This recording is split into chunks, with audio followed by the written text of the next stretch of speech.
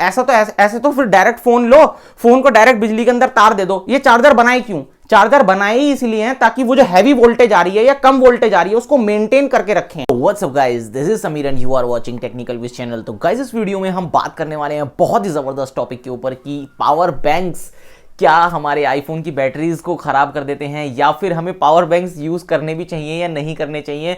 मैं इसलिए इतना खुश हो रहा हूं क्योंकि मैंने यूट्यूब पे इतनी ज्यादा वीडियोस देख ली है ना गलत इंफॉर्मेशन वाली कि भाई उन्होंने तो पता नहीं क्या बता रखा है कि पावर बैंक अगर आप यूज करोगे तो आपके आईफोन में ये हो जाएगा या आपके स्मार्टफोन के अंदर ये हो जाएगा, भाई पता नहीं क्या क्या हो जाएगा। तो आज मैं सारी बातें इसी वीडियो के अंदर क्लियर कर दूंगा और मैं यहाँ पर अपना एक्सपीरियंस भी शेयर करूंगा कि मैं क्या सोचता हूँ इन पावर बैंक टेक्नोलॉजी जो इतनी बढ़िया निकली है एडवांस, तो मैं क्या सोचता हूं इनके बारे में।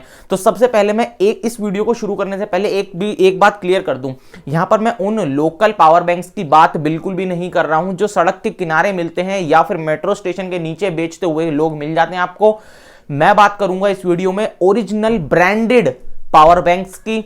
अब मैं किसी ब्रांड को प्रमोट नहीं कर रहा हूं, आप खुद इतने समझदार हैं कि कौन से ब्रांड अच्छे होते हैं और कौन से ब्रांड बुरे होते हैं, ठीक है। मैं सिर्फ और सिर्फ ब्रांडेड पावर बैंक्स की बात करने वाला हूं, ठीक है। तो यहां पर इसी वीडियो के अंदर मैं जितनी भी बार पावर बैंक बोलूंगा तो उसका मतलब है कोई एक ब्रांडेड पावर बैंक, ना कि कोई एक रोड साइड या मेट्रो स्टेशन से खरीदा हुआ पावर बैंक, ठीक है। अभी यहां पर हम बात करते हैं ये जो मिथ हमारे दिमाग में आती है, पावर बैंक खराब कर दिया, पावर बैंक ने बैटरी हेल्थ खराब कर दी, पावर बैंक ने, ये पता कैसे आती है? ये हमारे दोस्त होते हैं कुछ या रिश्तेदार होते हैं जो सालों से पावर बैंक यूज कर रहे होते हैं, ठीक है। और वो बताते हैं कि आके भाई अब तो यार मेरा पहले फोन चलता था 3 घंटे पूरे दिन में, अब चलता है 1 घंटा बिना पावर बैंक के, तो भाई जिंदगी चल ही नहीं रही, ठीक है। यहां पर बिना पावर बैंक के तो कोई काम ही नहीं हो रहा। वो पता है क्यों बोलते हैं? देखो, बैटरी का काम होता है डिग्रेड होना साल बाई साल, ठीक है। अब बैटरी का काम डिग्रेड है, मतलब बैटरी जो है घिसने वाली चीज है, चाहे वो एक कार की बैटरी हो, चाहे वो एक इन्वर्टर की बैटरी हो और चाहे वो कोई सी भी बैटरी हो, ठीक है। वो घिसेगी ही घिसेगी जितना ज्यादा आप उसको यूज करेंगे।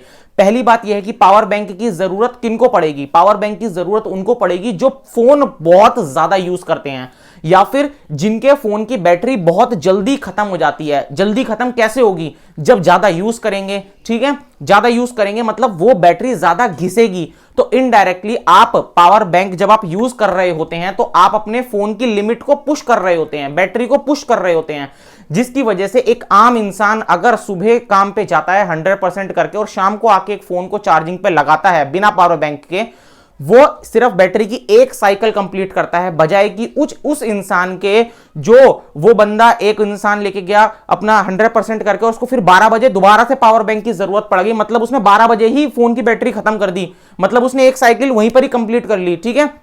अभी फिर वो दोबारा से यूज करता है फोन 100% होने के बाद, फिर वो मान लो शाम के 4 या 5 बजे फिर दोबारा पावर बैंक में लगा देता है, मतलब उसने एक दिन में 2 साइकिल कंप्लीट कर ली और फिर वो घर आके फिर दोबारा फोन को चार्जिंग पे लगाता है, तो मतलब उसने बैटरी की 3 साइकिल एक दिन के अंदर कंप्लीट कर ली। तो अब एक बात बताइए, एक बंदा जो सुबह जाता है शाम को आता है वो कम यूज कर रहा है स्मार्टफोन को, या एक बंदा जो दिन में 3 बार पावर बैंक से चार्ज करने के बाद भी अपने स्मार्टफोन को फिर दोबारा घर पे आकर चार्जिंग पे लगाता है वो? अब आप इसमें सिंपल, आप में खुद में इतना दिमाग होगा कि जो ज्यादा यूज करेगा बैटरी को उतनी जल्दी उसकी बैटरी खराब होगी।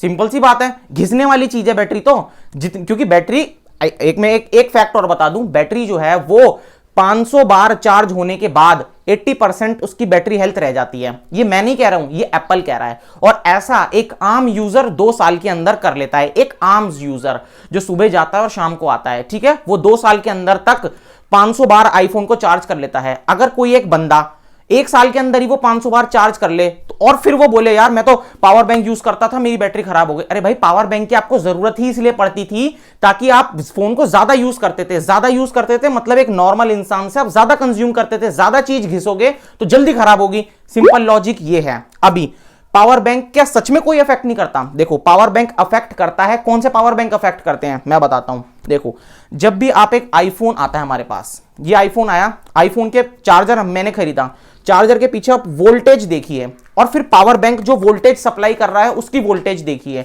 अभी ये जो चार्जर है, अगर मैं आपको इसकी फोटो यहां पर स्क्रीनशॉट लगा दूंगा, ये जो चार्जर है ये फास्ट चार्जर है, ठीक है, यानी कि ये 2.5 एम्पियर तक का आउटपुट दे सकता है, प्लस 3 एम्पियर तक भी जा सकता है इसका आउटपुट, ठीक है। अभी आपको अगर अपने आईफोन को या आपके स्मार्टफोन को फास्ट चार्ज करना है ना, तो आपको इसी के साथ का मैच करने वाला आउटपुट लेना पड़ेगा जो कोई एक पावर बैंक प्रोवाइड कर रहा होगा। ठीक है, अपने स्मार्टफोन के चार्जर को देखिए और फिर आप अगर कोई एक ब्रांडेड पावर बैंक सेलेक्ट करिए, उसके वोल्टेज आउटपुट देखिए, उसके बाद उस डिसीजन पे पहुंचिए कि भाई पावर बैंक खराब करता है या नहीं करता। तो एक फैक्ट और बता दूं, एक फैक्ट और बहुत सारे लोग बोलते हैं कि भाई पावर बैंक ना क्या होता है कि पावर बैंक धीरे धीरे पावर बैंक की बैटरी खत्म होती रहती है ना, तो पावर बैंक ना वोल्टेज सप्लाई धीरे धीरे कम करता रहता है।